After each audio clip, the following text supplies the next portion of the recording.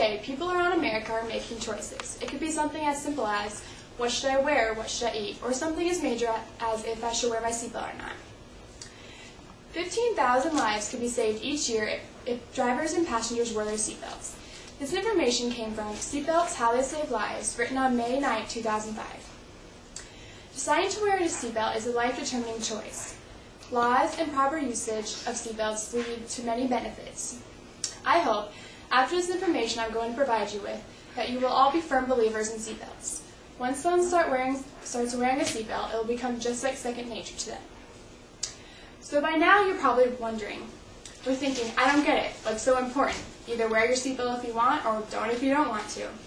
But the statistics I'm about to tell you might just blow you right off your seat. Each year, 40,000 people are killed by motor vehicle accidents. Each family is touched one way or another by having known someone that was in a motor vehicle accident. This is because motor vehicle accidents are now the #1 killer of people in America. So you might think that it's simple. You could just wear your seatbelt and you wouldn't have to worry about it. This information came from Benefits of Buckling Up, Seatbelts, How They Save Lives, written on 2005. In an attempt to start to save lives, some states have put seatbelt laws into effect. There are 2 different kinds of seatbelt laws, primary and secondary. First off, primary seatbelt laws are when police officers can pull you over and ticket you, all for not wearing a seatbelt. Secondary are when a police officer must have a different reason for pulling you over and ticketing you first, and then if they notice you don't have a seatbelt on, they can then ticket you for that as well. There are 32 states with primary seatbelt laws and 17 with secondary. As for us in Nebraska, we have a secondary seatbelt law with a fine of $25 for the first-time offense. This information came from Seatbelt Laws, written on 2011. In addition, the proper usage of seatbelts is very important. If you're not wearing your seatbelt properly, it cannot do its job and save your life. There are many tips that come along with wearing seatbelts. First off, if your car was made for 3 people, that's for a reason. Don't try to cram 4 or 5 people into your car. You should always make sure that you have enough seatbelts for everyone in a vehicle.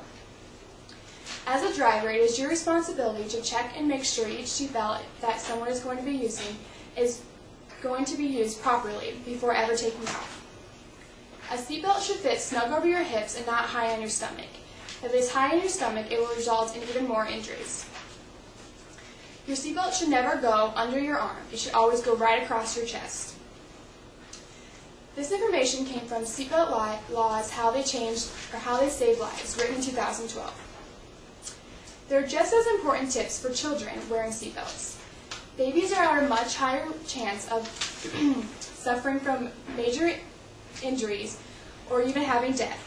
This is because of the fact that their spinal cord is still developing and their head is still too large for their bodies. When a baby is in a car seat that is facing forward and at the moment of impact, their spinal cord will be stretched, causing them to suffer from serious injuries or even death. But when the car seat is rear-facing, the back of the car seat will cradle and support their neck in the moment of impact. A child should always be in a rear-facing car seat until they are 2 years old or 35 pounds. Even when they should always be in the back seat of a car.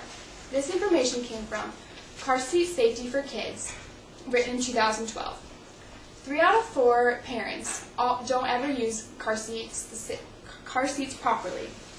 It is important for parents to read and fully understand the manufacturer's instructions for car seats. They should make sure their children are always buckled up safely before ever taking off. This information came from Safety Belt Statistics, written in October 21st. When a child reaches the age of 8 or is 4'9" tall, they can now wear seatbelts, but they should remain in the back seat of the vehicle until they are 13 years old. This information came from Seatbelt Laws, written on 2012. So have I sold you on wearing your seatbelt? If not, maybe it will help to hear some benefits.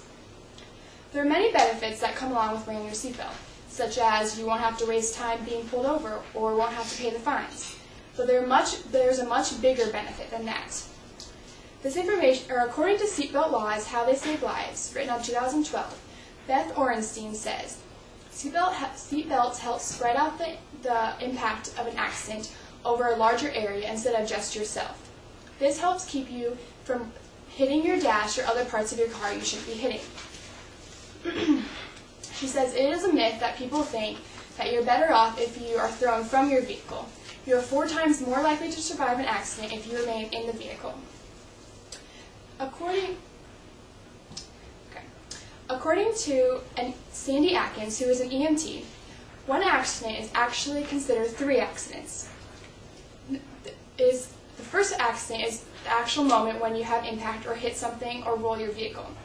The second is when you hit whatever you're going to hit, like your dash or your steering wheel. And the third is when your internal organs are hitting other parts of your body.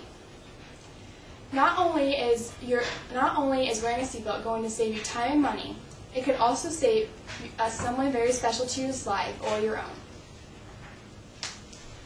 Wearing your seatbelt is a life-determining choice for everyone involved. Laws and proper usage of seatbelts leads to many benefits.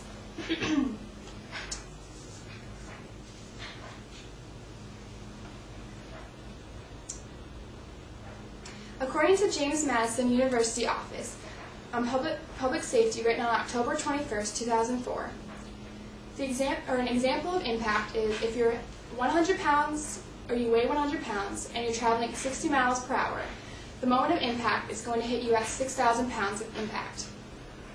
So $1 million or 35,000 people die each year.